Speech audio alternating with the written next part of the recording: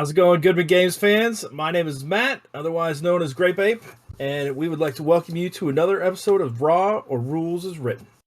I'm joined as always by my wonderful co-host. Yep, I'm Stefan, also known as DM Bad Wrong Fun on a couple corners of the internet. And we have, again, our favorite recurring guest. Stefan, it's been too long since we've had this guest on the show. Too long. Favorite how are you? Guest. You mean the guy that will just keep coming back because he's a glutton for punishment? Well, I mean, so I've prepared some titles today. Tonight for your enjoyment, we have the president of prevailing precedences, the commander-in-chief of commandments, the George Washington of ways and means, Bob Brinkman himself. Little presidential voting thing going on there. Bob, how are you doing? Well, I was voted most likely to take over a third world nation by my high school graduating class, so I suppose that fits. I'm doing really good. Well, we are excited, as always, to have you on the program, and it's been a while. Hopefully, we're going to get back into our regular routine with you reviewing our answers and our guests, of course, but let's jump right into it, because we got a lot going on tonight. The first question we got, Bob, was from episode 18. And it's, do you have any advice for any third-party publishers out there? Yeah, my first piece of advice is do it. It's simple enough to do, especially if you just want to start out by doing something that's PDF only, right? I mean, all the Sanctum stuff is almost entirely PDF only. And so it's very easy to do. There's a very low threshold of entry. You don't have to spend hundreds or thousands of dollars or do massive print runs. You can do something that's PDF only. That's not going to cost you anything but time and whatever you pay for art or additional content. And then also, if you're excited and trying to break into the role-playing game space as a writer, your third-party content is going to go right in front of Joseph Goodman. So, I mean, your stuff is immediately going to be seen, and there's plenty of third-party publishers that are also working for Goodman Games, right? I mean, do it. Absolutely. Yep. We need more great stuff out there. And there is so much great stuff out there already, but everybody has new and different ideas. It's why we're publishing stuff from a creator in Uganda, right? There is no physical barrier to getting your stuff out. It's just your creativity, and play test it as best you can. Right. Because obviously when you put something out there, you want to put your best foot forward, but also keep in mind, especially with your first release, but in general for every release, you are never going to be 100% happy with it. So don't insist on everything being perfect, or you will never move. You'll freeze in place and nothing will happen. Yeah, make sure you polish your rough gem, smooth it out, but don't rub too hard, otherwise you'll never stop. I know I published my first thing in the GFA in 2020, and I look back at it, I'm not that happy with it, but I put it out there, and I'm doing more things. And what do you mean, Stefan? That's a great adventure. You're not that happy with it. There are parts I would change. I'm happy with it, but I could be happier. But that's the thing, right? It doesn't matter if you're happy with it. What matters is if the people that are using it are happy with it. Absolutely. That's my other big piece of advice is always open yourself up to creative criticism, because at the end of the day, you are not your own customer. The community is. So if the community is looking at things and like, yeah, this is really cool, but maybe listen when you're early in the process. Not at the end. Don't completely change something once you're done, but take that feedback, use it, and grow with it. Mm-hmm. Well, speaking of third-party publishing, and Stefan, hopefully you don't want to change the cartography of that adventure. No, that cartographer is, stellar. Bob, you've recently published, put out the Sanctum Secorum Quarterly with a bunch of other creators. Can you tell us a little bit about that? Sanctum Secorum Quarterly. So we used to do a monthly zine, and that was insane. That was absolutely insane because it was mostly me putting the thing together, gathering what content like Jen, Mark, and I or David would have, and so we decided to slow down the publishing schedule but broaden the scope. So Sanctum Sanctorum Quarterly has reviews of like film and books. Our first issue has an adventure based on the Robert E. Howard story Tower of the Elephant. There's all sorts of usable material, including the sort of things that you would normally see in our companion scene. So there's magic and monsters and things that are all based on what we've been reading in the show, but it's larger than that. It's so much more than that because we have such a great team involved.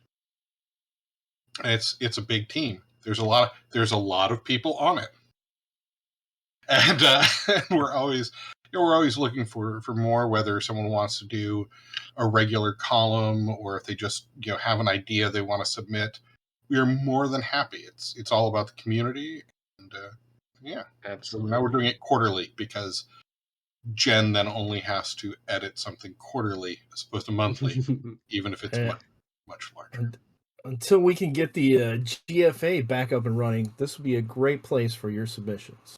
Well, and it's certainly not meant to supplant the GFA, which is a very different thing. And I know that that Eric Young has really been working hard to get everything finished up by Gen Con. There was a lot of problems with other people that were helping with the project leaving, and then no editors. So that's finally on track for a Gen Con release, and back under control. The GFA, I think, has a warm place in all of our hearts. So it'll be nice to see it back. All right. Well, our next episode was with Jonathan Sullivan when we talked about retainers. Stephanie, you got the questions up for episode 19. You want to hit Bob with some of them? I do. And we're not going to cover every question that we talked about over 8 episodes, because that would be like a 2-hour show. And we got a show right after us today. But, so tell me when. I'll read a couple questions, and just whatever piques your interest, we'll go through. The first one that we asked in that show, though, was how available are retainers in a DCC setting? It's kind of funny because as a player, I've only had one adventure that I was in where we had retainers. And that's when Job Bittman ran us through the playtest of Grimtooth's Museum of Death. And we were all given it there.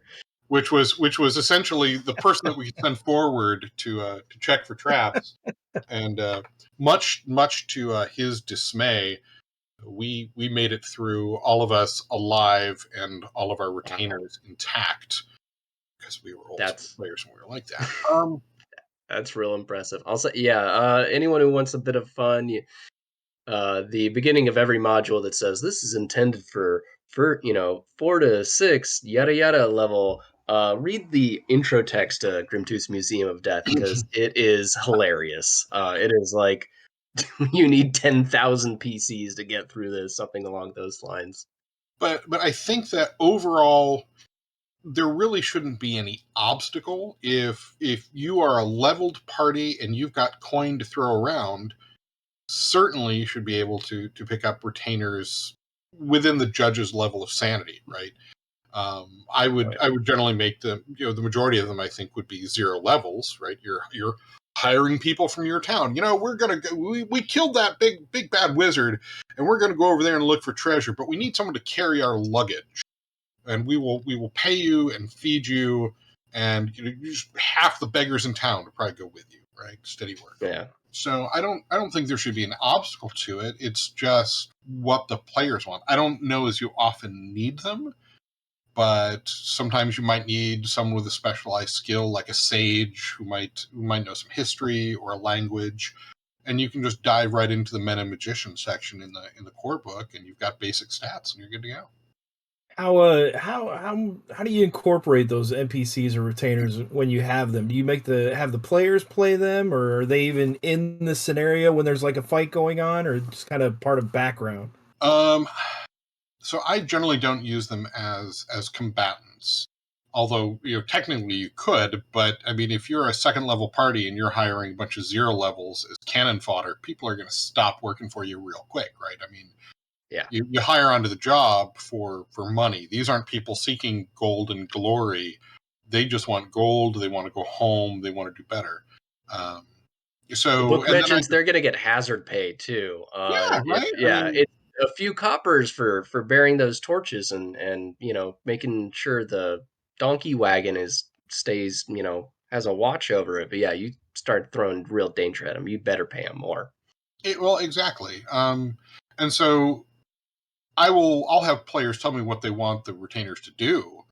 But, the moment they tell the retainers, okay, so what you're going to do is you're going to grab this torch and you're going to run straight at that dragon as a distraction, they're going to tell them something in a fashion that I cannot say on the Goodman Games Twitch channel. Because I like Elena and I don't want to piss her off. Well, Bob, I'm interested in our next question. Our next question from Jonathan was, how often should we be paying attention to morale checks? And especially since you're a seasoned tournament judge. So the core book tells us that we should be making morale checks every time a group of monster, when the first creature in that group is slain, or when half the creatures have been killed or incapacitated for groups. And then a single monster when it loses half its hit points. How strictly should we be following that, especially in like a tournament setting in like Gen Con or something? Well, keep in mind, actually, I am not a seasoned tournament judge. You're not? No, I have run nothing. I've run nothing at Gen Con on the books. He's the conversion judge. He's the one handling a lot of this 5e DCC. Well, Stefan, I just went to Gary Con and I couldn't even get a word in with Bob because he was running like 20 games. That's Gary Con. Keep in mind that I'm contracted by Gen Con. I work for Gen Con, so I don't have availability to run stuff during. I did not know that. But that said, it's really tough. I think that rules is written, but for my table, I use morale far less often because in most situations, a monster turning and running away really isn't satisfying for the players, right? They want to win. They don't want to just drive it away and have it come back. They want to win. And it also depends on the motivation of the creatures, right? I mean, if you encounter a small group of like goblinoids that are hunting deer out in the forest, and you start killing them, they're probably going to run away. If you walk into their cave system where they live, they're not going to back down. Right? I mean, that's their home. They've got no place to go. So as a judge, I think there's off the books wiggle room, right? Non rules is written wiggle room. And of course, the more intelligent a creature is, the more likely it is to say, hey, maybe it's time to cut a deal, maybe it's time to surrender, maybe it's time to run away. Whereas the less intelligent or the more bestial something is, the more likely it is to just go until it's dead. I'll say you can also frame the failed morale check in a way that feels better. Like you kill one of the monsters, the rest of them fail their morale check. Well, they were after the PCs. The PCs are in their territory or something like that. They're going to take their dead monster buddy back with them because that's food now. And that's what they wanted the PCs for. So yeah. I was actually running a DCC conversion of a 5e adventure that I wrote called The Forgotten Hive. And that exact situation arises with a cannibalistic tribe of kobolds that have been locked underground forever.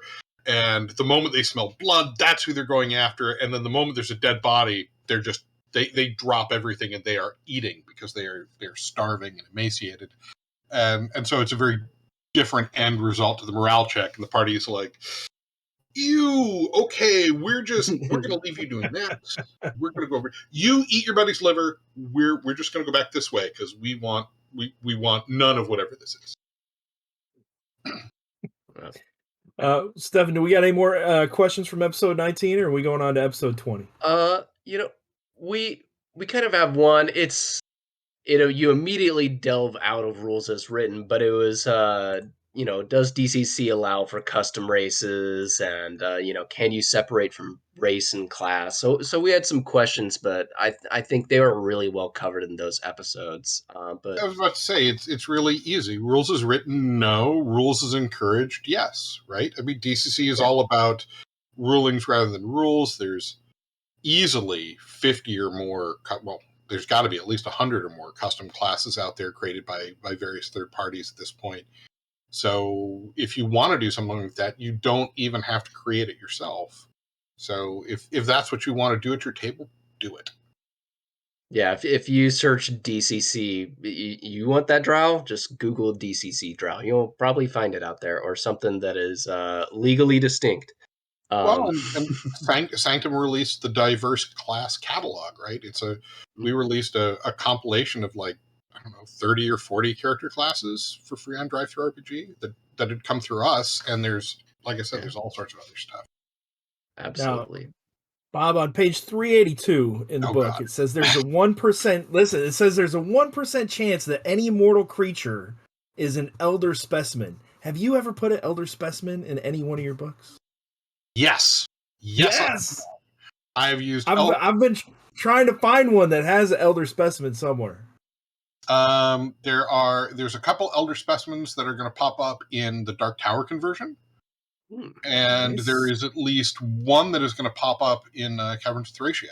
Yeah, elder specimens are important, right? I mean, they're just like there's also the primal versions, the primal servants of law and chaos. No, those can be a lot of fun. And actually, if you look through, it's a small minority of the monster entries in the core book. But there are entries in the core book that flat out say, elder versions of this creature have these abilities. And it's a great way to ramp up the danger factor on something. And people are like, oh, okay, well, I'm going through this adventure and we've been fighting these things, and now there's another one of those things. Let's get it. And oh no, that's wholly different. Look, all of our retainers are dead. We shouldn't have given them that torch. Bob, you've had an intimate look at the Dungeon Denizens, probably, right? Are there any elder specimens in there that you've seen? Well, I've only had a look at the stuff that I personally worked on, so I haven't seen what else everyone did. I did not do any elder specimens with what I was working on, but some of the stuff that I was doing was already so expansive.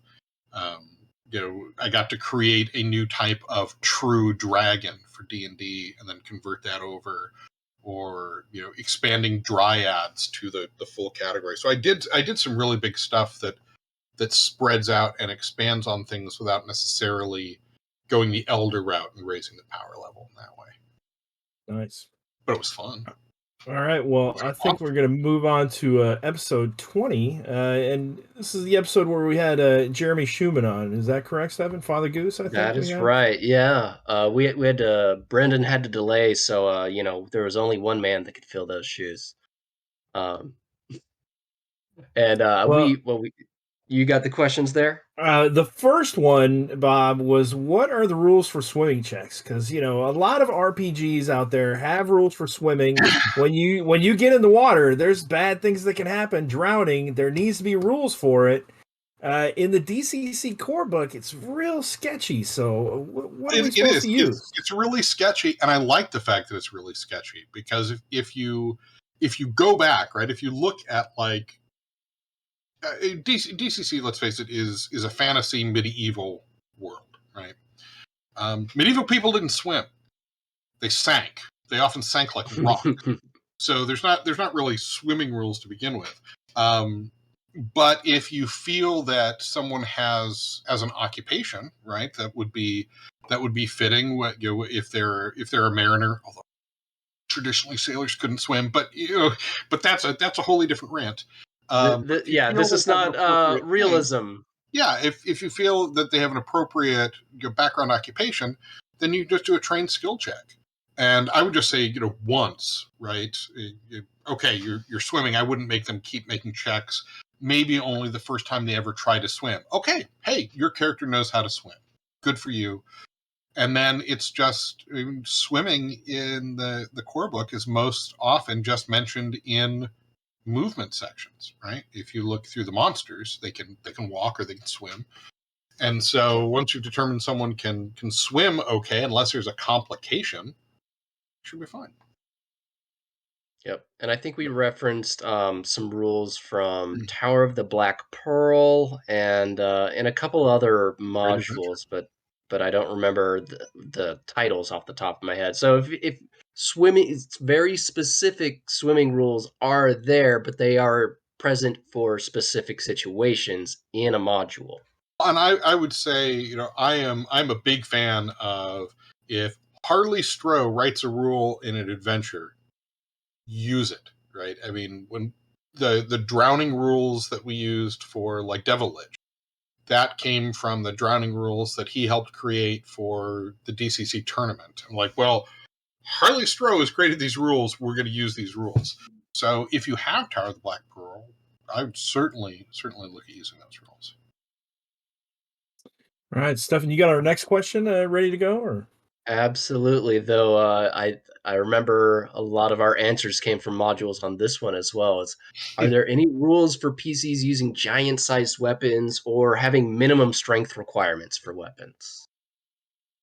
Well, there actually is a rule. There's sort of a rule for minimum strength requirement, and that is, I think, strength. I want to say it's strength 5. Or if it's strength 5 or more to use a shield and a weapon, or maybe it's if your strength is 5, maybe it's 5 is the cutoff where you can only use one or the other. So that is the rules is written there. Yeah. But bigger weapons, I don't really know of any specific rules, but it sort of makes sense, right? I mean, if a giant is hitting you with a club, he's not doing a D4 plus his strength bonus because his club is likely an oak tree with a large root ball, and then it's going to be very different, and it's not something that a normal character is going to be able to wield. But in the core book, I haven't seen that addressed at all, but I bet it's addressed in maybe Beyond the Black Gate. Yep. Once again, Harley Stroh wrote some rules. Well, Exactly. Let's go pay attention to him. Exactly. Oh, Harley Stroh has been the love and bane of my characters as a player. His adventures have shaped my characters in ways that I never expected. And actually, that adventure is the one that forced my 6th level dwarf into retirement. Still kind of salty about that. Hopefully we can get another annual of Harley's rules. Yeah, no. And that's the thing as writers, when we're doing an adventure, if there's not a rule in the core book, we are encouraged to create a rule so that it's clear in the book. And while you don't necessarily have to have those rules match from adventure to adventure, there's certainly, if you find something you like in one of those adventures, use it. But I mean, if someone wants to use the sword of a 30-foot tall Titan, you can feel free to say no. Your strength is 18? Well, that's really nice, but this is like a strength 25 weapon. This giant crits on like a 21 through 24. It is far more powerful than you. Maybe if you get a 7 on the D die, you could pick it up and swing it one. Well, our next question, Bob, was we're going to kind of combine the next 3 questions because they all kind of went together. We went over on page 357. We talked about divine aid. Is it always a pass or a fail result? Is it always a yes or a definitive yes or no that this happens? And then we talked about how difficult it would be to determine how difficult the divine aid request would be. Like, can the cleric ask for anything, like instantly kill the big bad monster or destroy a town or a castle? And then we went over kind of table 7.7 on page 357 as well. What's your opinion on divine aid? Yeah, it's really funny because during War of the Cyclops Con, divine aid came up twice in 5 sessions. So yeah, those are probably players who watch Raw, Bob. It very well could be. They were certainly terrified players at the time. I definitely treat Divine Aid as pass fail. Right, you are automatically increasing your disapproval number by 10. Right, you are not just praying to your god, you are running up to your god, grabbing their pant leg and tugging repeatedly to get their attention. It's supposed to be an extraordinary act. If it's not pass fail, then it becomes okay. Well, I'm going to take 10 points, and well, I might not get what I want, but I'll get something, right? And that's really, rules is written, not what is supposed to happen.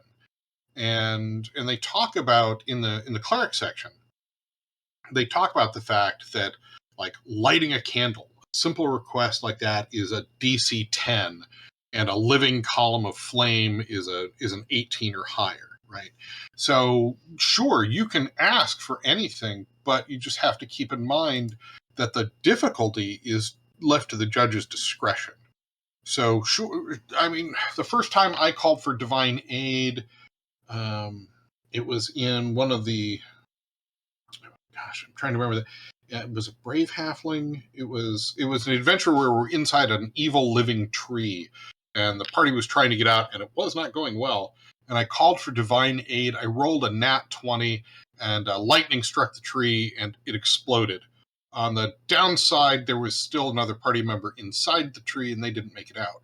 So, Divine Aid, you are asking your god for a very specific thing, and if they say yes, great, but there could always be unintended consequences depending on who else is around. Do you let the player roll and then make the request, with kind of their result in mind? No. Okay, all right. You need to make your request so that I have an idea of what the difficulty is. Otherwise, it's, well, I'm going to call for Divine Aid. I rolled a 12. Please light a torch for me. Okay. No, you need to be praying. Divine Aid is the closest thing that DCC has to the old D&D wish, right? Technically speaking, there's no limit on what you can ask for except for what your dice are going to do. And keep in mind, right? I mean, you roll a natural 20, so technically it's like a spell check, so you double the caster level. So your 10th level, maybe you can get a 40. But I would say destroying the entire planet is at least a 60, and you're just not going to get there anyway. So you can certainly set upper limits to what a god is willing to do, and it would need to fall within, I would say, the god's purview and what they are prone to do. Right? I mean, the god Neptune is not going to set a forest on fire, for example, or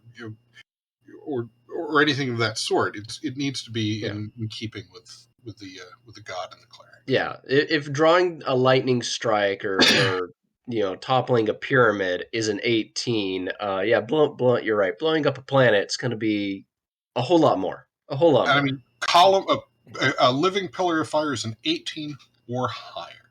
So, and when you look at a candle is a 10, that is your base. Yeah. So that kind of gives the cleric a super kill option, because we got our wizards who usually spellburn at the end, and they get these super high 32 results and usually win the battle. But that also gives an option, for our clerics out there to have a possibility to have their moment in shining.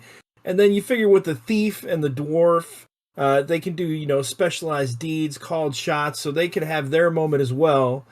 Got the thief who, if they're hiding, they can do backstabs.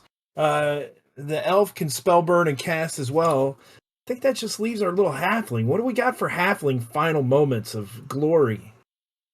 A whole lot of luck. We have the halfling making everyone else look good. Yeah, I would say as a halfling player, that kind of is what happens at higher levels, is you're concentrating on staying alive and making everyone else able to keep you alive. They don't really get as many of the uber cool moments, I don't. That's why you need to give your halflings cool magic items. Well, yeah, I'll tell you about my halfling sometime when we're sitting and having drinks. But the other thing is, if you want to really make a halfling cooler to play. I mean, the whole idea behind luck isn't just, oh, I burned 2 points and now you succeeded. Something fortunate has happened, right? Let the halfling describe that. Well, I'm going to burn 3 points of luck and give them 6 points because that's what they need. So here's what happened. Give them that moment to describe that luck, and all of a sudden they have their moment. It's I like not that. I'm spending points because it's luck. It's fortunate. I like that a lot. Yeah. Let them have some of that creative narrative control that usually judges have a more of a hold on. Yeah, I've never even thought of it that way. I like that a lot, Bob. I'm gonna have to write that one down. Well, we will get right. going. I guess on to our next question, unless final. No. Keep going, Stefan. I'm All writing. right, yeah. So that was episode 22. No, we're on 22 now. That was episode 21. Yeah, and by the way, this is our 25th episode. 50? So how long? No, 25. We're on 25. Okay, no. just wondered. I was clean shaven when this episode started. It's a milestone, episode 25. That's a big deal. Congratulations, guys. 25 episodes is nice. We have when should a judge apply armor check penalty? I mean, we got some obvious things. Wizards casting spells, but I think this kind of pertains more to skill checks and swimming, things like that. They should apply when someone's trying to swim. Yep. The guy in plate mail is now an anchor. Technically speaking, they should be applied to reflex saves, any sort of physical actions like that, right? Well, I thought they're not applied to reflex save because a reflex save is not a check; it's a save. Same kind of difference between an attack roll being an attack roll and not an attack check. See, this is what happens when there's like a dozen episodes for me to catch up on. See, I really feel that if armor is going to affect your casting because you are less dexterous, right? Because that's really what it's doing, right? The check penalty is impacting your ability to move. It certainly, if it's impacting your ability to move, it's going to impact your ability to get out of the way when something is coming at you. So that's kind of my opinion on that. Although I bet if we ask Matt really nicely, he has a dozen examples that he can throw at me. But I mean, they talk about in the core book, like jumping across a chasm, trying to climb walls, jump, balance, move silently, and other physical activities. So, looking at it now. And then it describes also spellcasting if you're a wizard or an elf. Right. So, I mean, I would certainly say diving out of the way of like a boulder that is crashing at you would certainly be a physical activity. But it's vague. It is vague. It's kind of a your table, my table sort of thing. And I admit I don't lean on armor check penalties as hard as I probably should. We'd probably have to let Bob do some studying on that one because it does on page 67. It does talk about what you would use checks for, and it describes the basic strength, physical, agility, dexterous, listening, searching, agility, intelligence. But yeah, saves. I don't know. Well, I wouldn't take it from like a fort save. But again, a reflex save is based on what is your bonus to your reflex save besides your class bonus? Your agility bonus. And that's the main question I've seen online. It's some people going, oh, what about this type of activity? But often it's reflex saves. But that's why I say it says there the check penalty applies to checks made to climb, and I'm not making a reflex check. I'm making a reflex save. But then I don't know. Therein lies my argument. Yeah, it really is. I think it is vague enough that anybody doing it either way at their table cannot be told they're doing it wrong. And they shouldn't be anyway, right? I mean, we're all having fun at the table.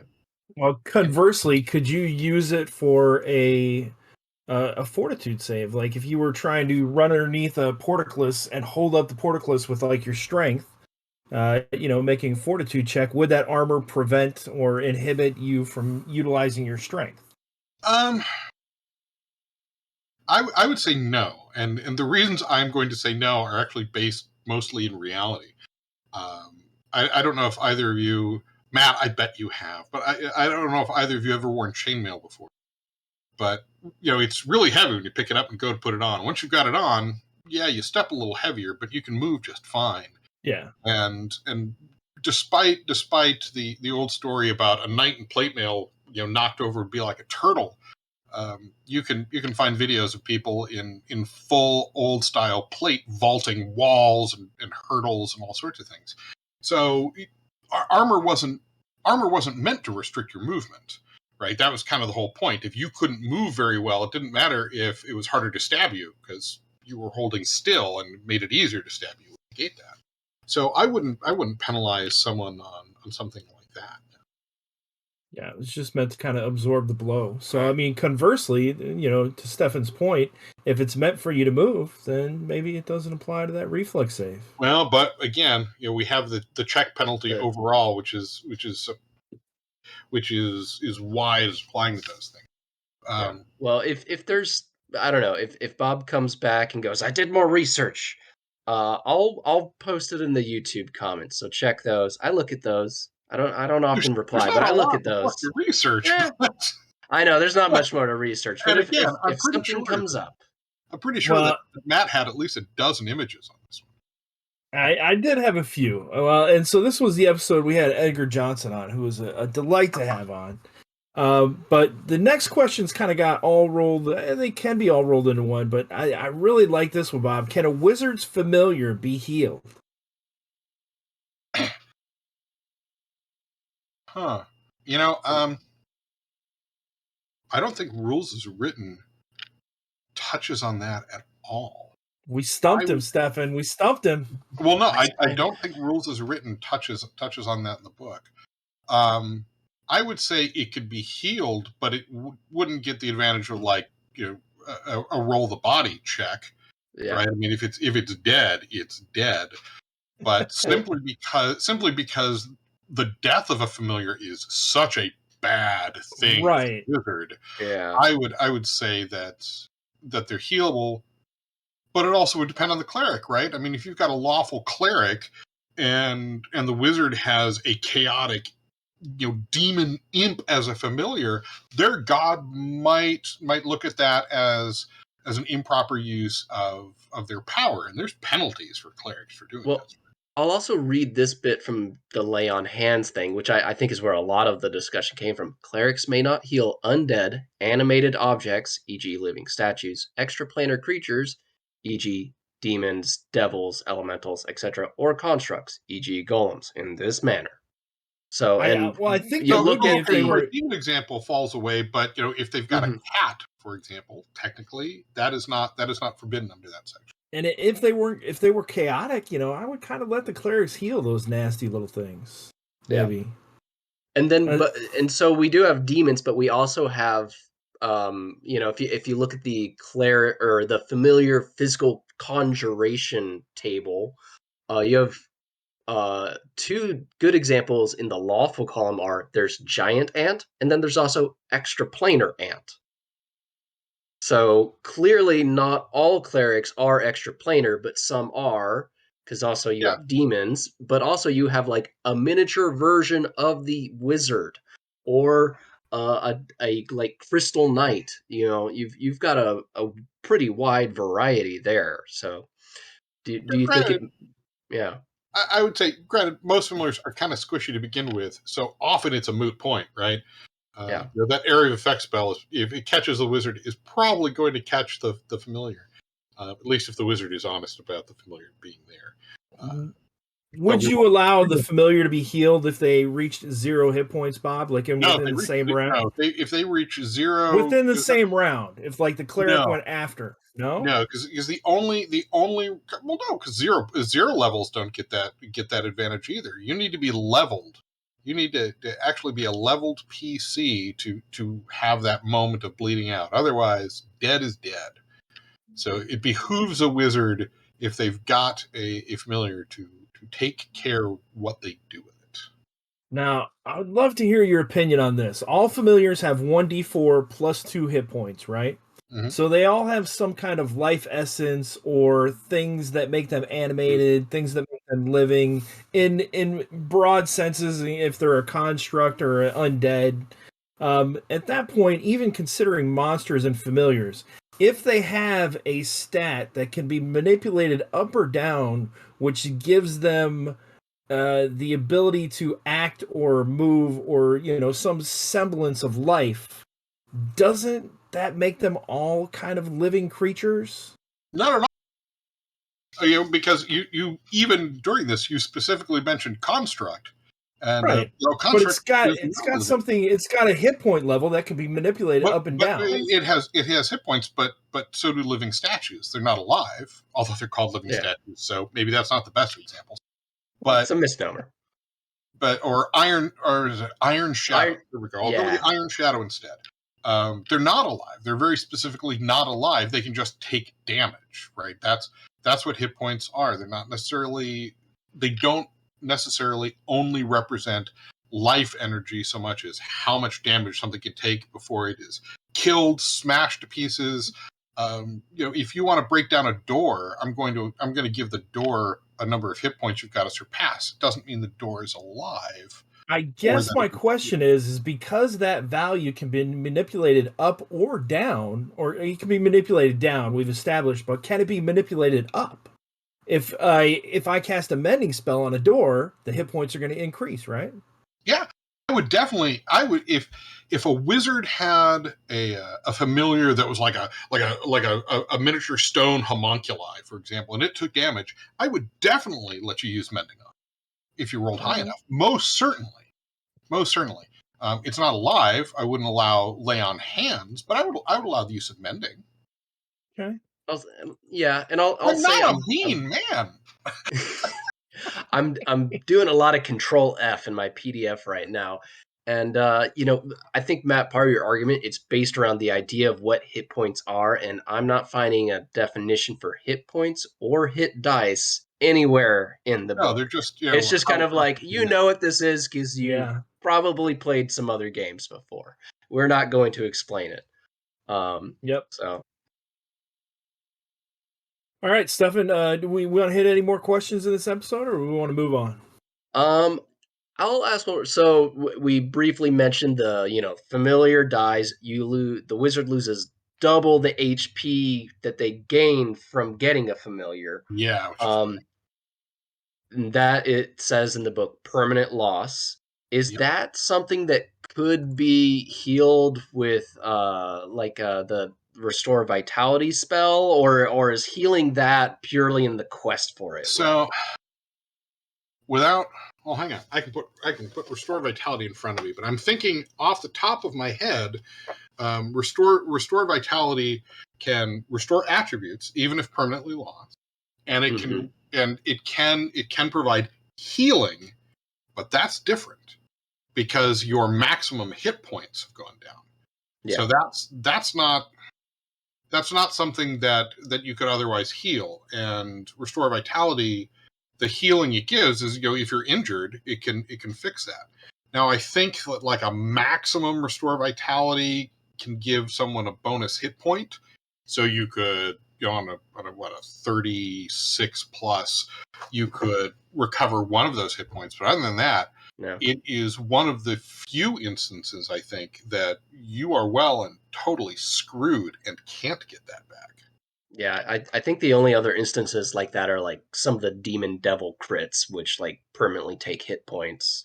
Yeah, and again, there's nothing in the book that talks about healing a permanent hit point loss, right? Because nothing else is referred to that way. You take damage. Okay, well, then you heal damage. Permanent hit point loss isn't really addressed in any fashion that implies that it can be healed. Okay. Let me ask you this, Bob. Yeah. The wizard's familiar goes down to 0. Can the cleric divine aid that familiar back to life before the wizard suffers that hit point loss?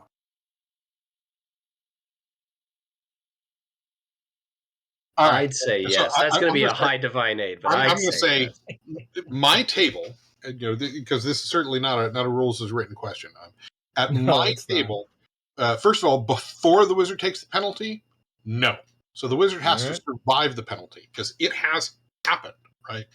Now, granted, if the wizard goes down, they're bleeding out, they're leveled, so they're not immediately dead.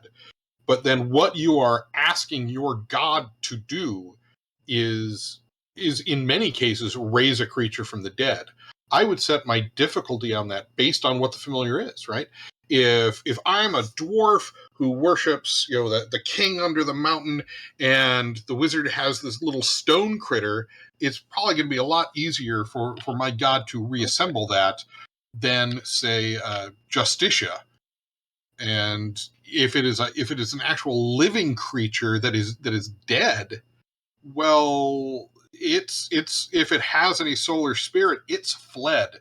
So I would say that the difficulty on that I would set it at a minimum of a 25 to bring something back from the dead. And I would not allow luck on the roll. If it was brought back, would you give the wizard their hit points back? If it was brought back, I would, because you're reestablishing that link, right? And that link is what gives the wizard their hit points back. Again, I am not a cruel man. I'm not. Nice. All right. So yeah, but it would not be. Well, Stefan, for episode 23, we only had one question. We had Stephen G on, and we did a spell duel. I guess there's kind of a little question there. Me and Stefan didn't let Stephen Spellburn, Bob, because he was playing the NCPC. He had a 5th level wizard against me and Stefan's 2 2nd level wizards. Brendan said we should let him Spellburn. All right, and I know. I think at least in one of your things, you gave a Spellburn pool to an NPC wizard. Sorry for interrupting you. No, I've done that before. I think my first question would be, was everybody involved a PC, or was one side meant to be the PC and the other the big bad? Steven was meant to be the big bad. Yeah, okay. The latter. Rules is written unless superseded by something in an adventure, right? Because we are encouraged, to change things if we need for an adventure. Rules as written, big bads don't get to Spellburn. That's rules as written. They don't get to. Now, to me, that doesn't make a whole lot of sense, especially thematically, right? Because normally the wizard that's slicing open and draining blood into a pot is the wizard that Conan is there to kill, not the other way around. So you could definitely make an argument for allowing them to Spellburn, but technically speaking, unless otherwise stated, they don't get luck and they don't get Spellburn. You don't really have a representation of their stats to do that. Right.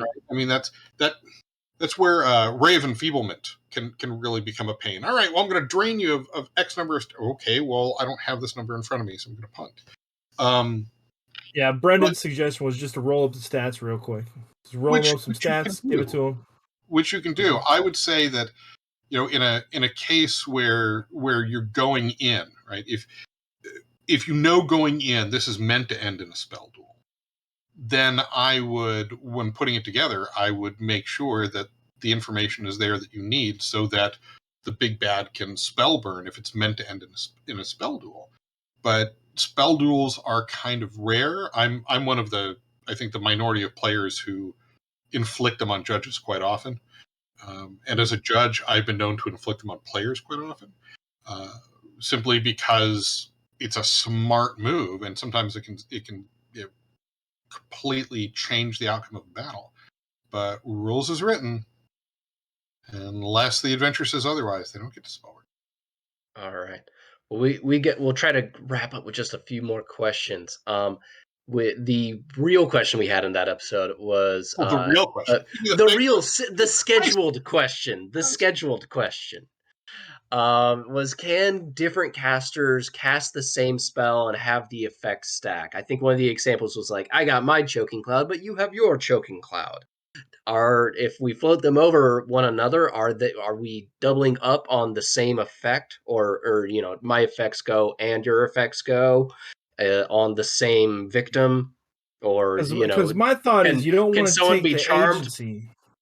Yeah, or can someone be charmed by two different casters and, oh, you're my best friend, but you're my best friend and you got the higher spell check result. So if you say something that contradicts my other best friend, I'm going to do what you say, unless he's told me, So Well, my thinking, Bob, my thinking is you don't want to take away a player's agency, right? Say, oh, Fred just cast that spell.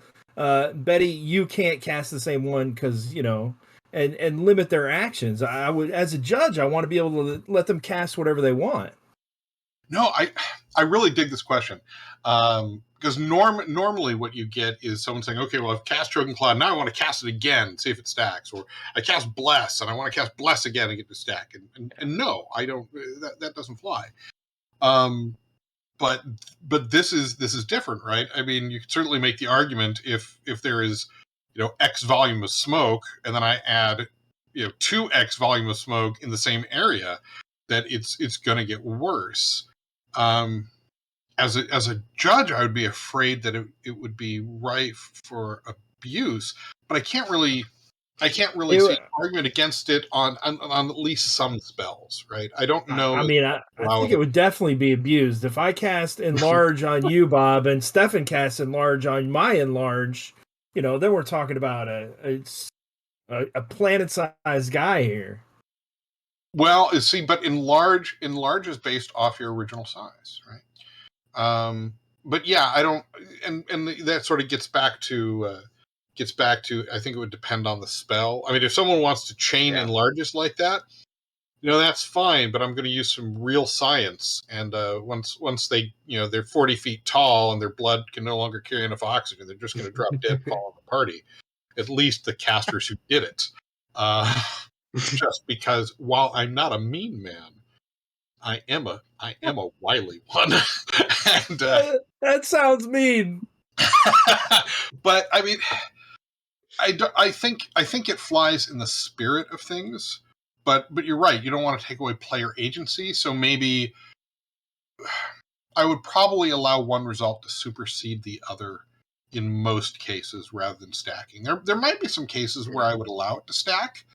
But it would really vary on the spell and the spell results themselves, right? I mean, some like if someone casts force manipulation and they put up a shield wall, and then someone else is like, well, I'm going to do the same thing and I'm going to put it right behind theirs. Well, that's not really going to affect. That's not going to double the AC bonus really, because you're kind of striking around it, not through it. But if someone casts a higher level force manipulation where there's an honest to God force field with hit points, and then someone does the same thing on the outside of that, well then you've got double that because you've got two fields. So I think there's room for it depending on the spell and the spell result. Just calls on the judge to be creative and be ready to drop a kaiju-sized PC on players if they get unruly. Sounds good. All right. Well, we'll try to. I think we could fit one last question in. I think we got to get this one in, Stefan, because this is if you're thinking of the same one I'm thinking of. I think so. I saw people asking about it today online. All right. Well, Bob, if we got a character, this is from episode 21 with Brendan. If we have a character, is a character able to be pulled out of melee by another character to avoid the withdrawal attack? No. A withdrawal attack is if they leave melee, if they leave the combat one-on-one. If I pull Stefan out to safety, Stefan, get out of the way! No. What? Well, first of all, hey, tell you what, if you walk through a door, you've left the room, right? If I shove you through the door, you've left the room, right? Now, I would say I would say no with a caveat. I would allow for it if a warrior is using a mighty deed to put themselves in harm's way, but then they would be taking that attack as opposed to the person they're moving away, right? So if I shove you out of the way, the attack is coming no matter what, but I've got a higher AC. I'm protecting the wizard because he's down to 1 hit point. Sure, succeed on a mighty deed, I'll allow it. But other than that, they're still leaving melee. They're still gonna get that attack. They are still leaving melee, Bob, but they're falling backwards. They're getting yanked backwards.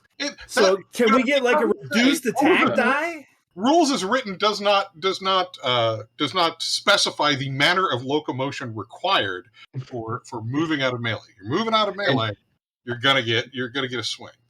And Matt, based off the last conversation about the withdrawal attack that we three had, I think you guys could argue for another 15, 20 minutes about this one thing. And no difference of opinions would occur. Stefan, was that the same question you had in mind? Yeah, that was it. All right.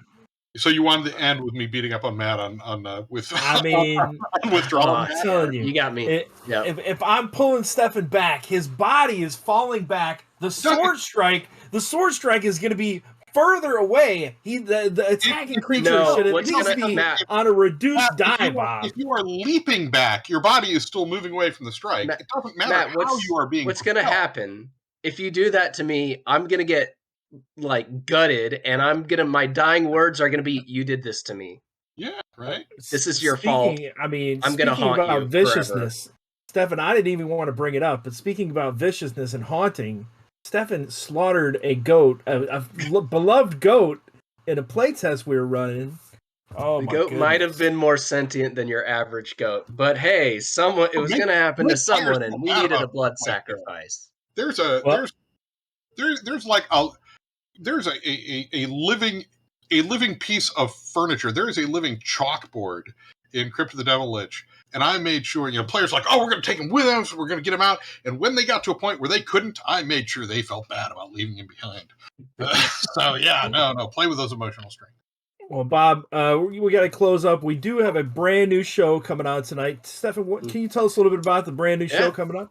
It's the Corporate Crash Course. They are kicking off their very first episode with Sailors on the Starless Sea. So if I don't know, you've never seen it, you don't think you're going to get a game in sometime soon, stay around to watch it. I know they're not going to get through all of it, but they're going to get through as much of it as they can. And they're probably going to be going on the sea for a while. Even if you've seen and played Sailors, it always plays through differently. So it'll be really cool to see what they do with it. It'll be really cool. Bob, what about yourself? You got any secrets you can let us in on? What's coming down? No, I don't have any secrets. Come on, Bob. I have paperwork that says I can't let you know about secrets. Yeah. It's just a tiny little. Yeah, I mean, you're tired. You told me yourself. You can let something slip. I'm exhausted, but we'll blame it on staying up too late. The Corporate Crash Course is not the only show that's happening tonight. We got the Role Seekers, and I believe we got the Sanctum Sanctorum reading room a little bit later, right? Yeah, I'm back on at 9:00 talking about Michael Moorcock's Corim, the Knight of the Swords. I was on the Appendix In book club, talked about that, and it was such a good book, so good. Yeah. You got anything else coming up, Bob, that you want to share with us? Right now I finished War of the Cyclops Con. I'm still working on Caverns of Thracia was announced, and so folks know that's in the pipeline. I'm working on that. I've started playtesting it. That's really all I've got going on right now. We're working on putting together the next issue of Sanctum Sanctorum Quarterly for a June release. Yeah. Are you playtesting it on TTRPG Roundup, or is there anywhere somebody can get in these playtests? No, not at the moment. I will eventually be doing some more open playtests, but right now I'm doing a campaign style playtest to make sure that it's playable from beginning to end, because it is so big and was written for parties of levels 1 and higher. I kind of need to be able to see. My opinion is it's more of a campaign than an adventure. So I'm working on figuring that out. Anyway. All right. Well, Stefan, what do you got coming up? I am launching an MCC Kickstarter. Plans June 13th, I want to say. Might have the date slightly wrong. Doing a zine, an big adventures titled The Technomancer of Candy Mountain. And you watch Willy Wonka one day and you think, that's a dungeon. These are all dungeon traps. And you mix it in with things like the song Big Rock Candy Mountain, some other stuff, and you have a good time. But you ran that at CyclopsCon. I did, and it was so fun. I caught the title of that, and I mentioned it during the opening ceremonies because the title was so cool. All right, but we got to go. We do have to go. The other show's coming up. We'll see you guys in 2 weeks. We put a call out to Stephen Newton. Hopefully he will be able to make it as a guest, and we'll see y'all then.